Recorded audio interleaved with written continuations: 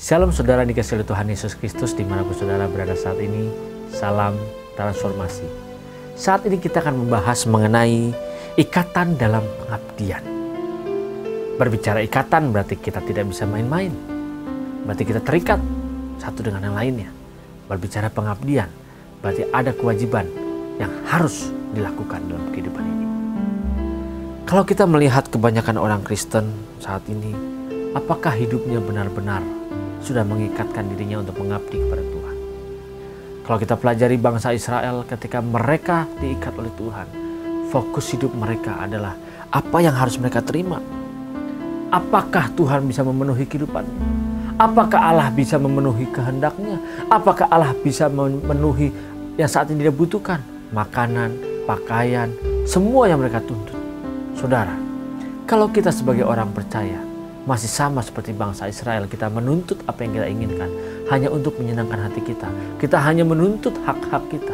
Berarti kita sudah menjadi orang-orang Kristen, yang orang-orang sebagai orang Kristen yang oportunis. Di mana orang yang oportunis hanya mementingkan dirinya sendiri. Dia memanfaatkan Tuhan, memanfaatkan bahwa mendengar dia percaya kepada Tuhan Yesus Kristus bahwa hidupnya akan menjadi sempurna.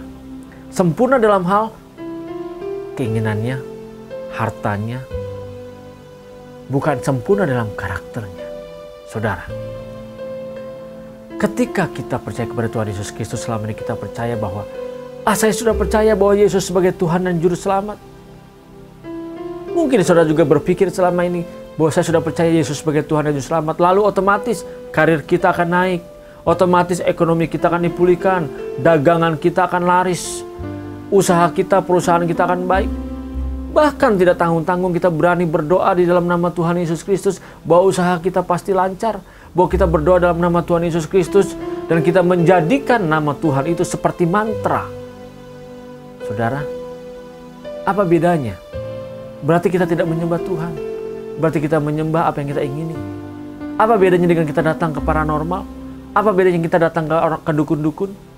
Dan kita minta kepada mereka. Kita bukan menyembah dukunnya, tapi kita menyembah apa yang kita inginkan. Kita menyembah apa yang kita butuhkan. Kita datang ke dukun. Kita minta syarat dari dia. Kita minta supaya toko kita laris. Kita minta supaya ekonomi kita bisa pulih, bisa menanjak. Kita minta supaya kita bisa punya jabatan. Apa bedanya? Sama saja dengan kita berdoa dalam nama Tuhan Yesus, kita minta semuanya itu. Berarti kita sudah menjadi orang Kristen yang oportunis. Kita memanfaatkan nama Tuhan untuk kepentingan kita. Kita memanfaatkan nama Tuhan hanya untuk menyenangkan hati kita. Kita memanfaatkan nama Tuhan supaya karir kita baik, kita punya jabatan, kita punya kekayaan, kita punya harta yang banyak. Kita memanfaatkan nama Tuhan. Tapi kita tidak pernah mau mengabdi kepada Dia.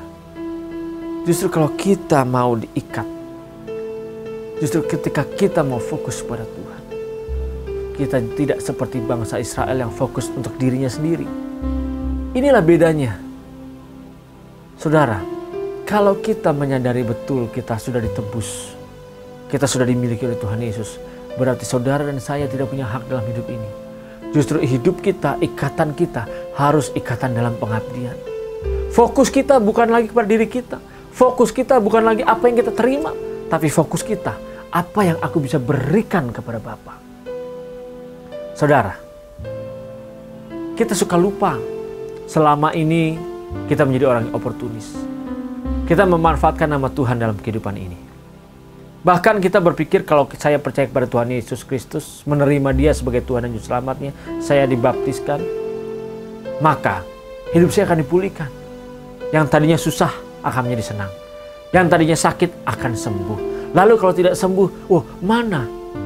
Berarti Tuhan bohong karena saya tidak sembuh. Ini yang terjadi. Tidak sedikit saudara yang orang ketika dia percaya kepada Tuhan Yesus, dia sakit lalu dia mati. Yang tidak disembuhkan, yang dia tetap dalam kemiskinan, dalam kesulitan. Memang tidak sedikit juga yang terjadi, mereka mengalami mujizat. Mereka mengalami kesembuhan. Bahkan ekonomi mereka dipulihkan. Bukan di situ fokusnya. Fokusnya justru apakah itu yang menjadi keinginan kita percaya kepada Tuhan Yesus Kristus. Tidak sedikit banyak orang, saya mau percaya kepada Tuhan Yesus Kristus asal anak saya sembuh.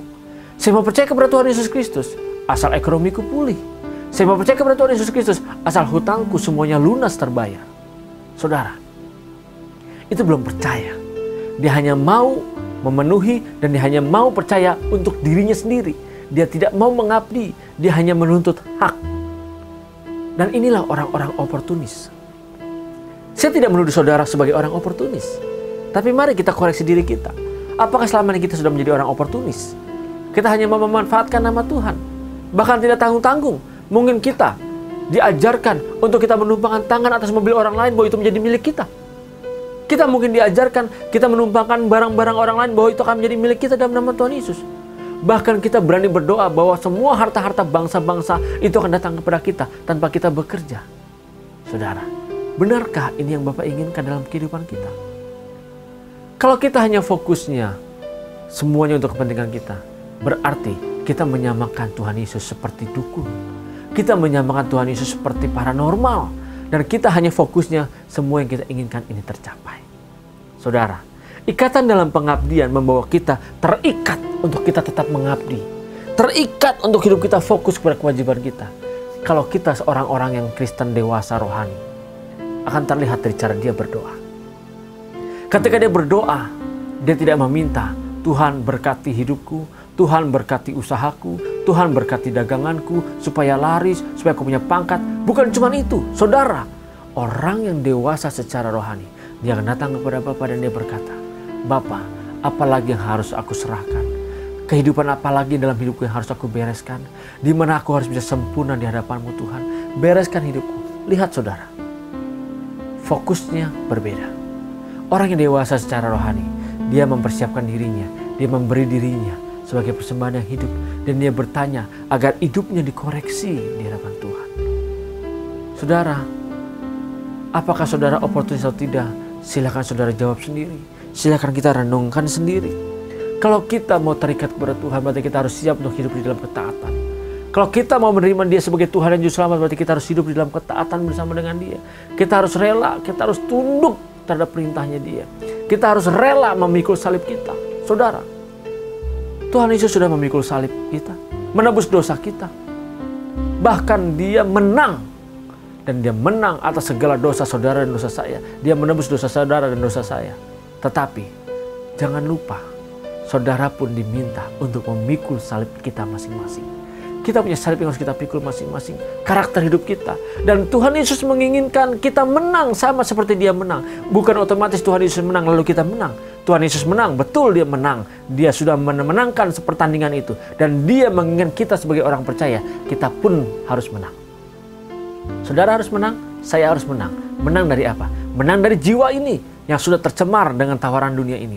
Menang dari jiwa ini, menang dari karakter kita yang tidak pantas di hadapan Tuhan. Menang dari sikap hidup kita yang tidak memuliakan hati Tuhan. Menang dari ketidaktaatan kita, pemberontakan hidup kita. Saudara, mari, apakah kita sudah mengikat diri dalam ikatan pengabdian?